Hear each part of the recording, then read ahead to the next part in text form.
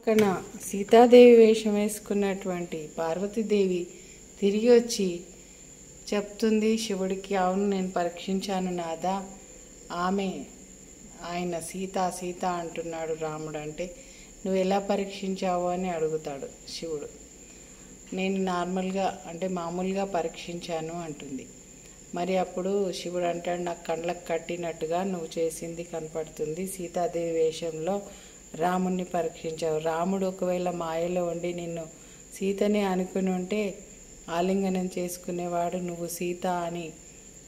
సీత అనేసి అంటే నా భార్యగా కాకుండా పోయేదానివి కదా, ఇది నీకు సముచితమా, అంటే రాముని నువ్వు ఇష్టపడ్డావని అర్థం కదా అనేసి అలా తగువులాడుకుంటారు. అప్పుడు పార్వతీదేవి తప్పైంది నాదా అంటే, లేదు ఇప్పుడు ఈ జన్మలో నేను నిన్ను ఇంకా తాకను, మళ్ళీ జన్మనే ఇంకా నాకు నువ్వు పార్వతిగా పుట్టాలి, నువ్వు ఇప్పుడు సతీదేవి అనేసి అంటాడు. అప్పుడు ఇంకా ఆమె మనసంతా బాధగా ఉంటే పరిపరి విధంలో ఆమెను ఓదార్చడానికి వేరే కథలు అన్నీ చెప్తా ఉంటాడు, పురాణాలన్నీ శివుడు. ఆ తర్వాత పార్వతీదేవి అంటే ఇంకో జన్మలో ఆమె రాధాదేవిగా పుడుతుంది. రాధాదేవిలాగా పుట్టి అంటే ఆమె కోరిక ప్రకారం ఆమె రాధాదేవి అవుతుంది.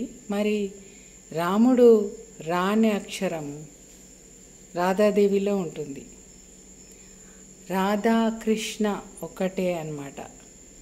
అయితే కృష్ణుడు అడుగుతాడు, చాలామందికి మాట ఇచ్చాను నేను, వచ్చే జన్మలో మీ అందరికీ నేను భర్తగా ఉంటాను అని.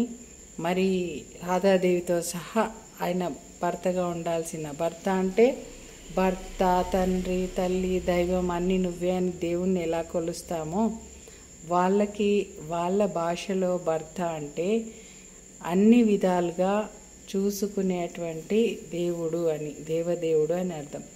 అయితే ఒక్క నిమిషమైనా చాలు మమ్మల్ని గోవర్ధనగిరి పర్వతం నుంచి కాపాడినందుకు మేమంతా నీ వైపే నీకు భార్యలుగానే ఉండిపోతాం, మాకు ఇంకా అన్య పురుషుణ్ణి చూడమని వాళ్ళన్నట్టు రాధాదేవి అతన్నే చూస్తూ అతని నామంలోనే అతని ధ్యేయంలోనే అతని కోసమే నిరీక్షిస్తూ ఉంటుంది జన్మంతా.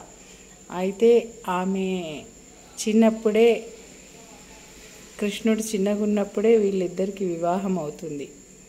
బొమ్మల పెళ్ళిలో వివాహం చేసుకుంటారు ఇద్దరు. అప్పుడు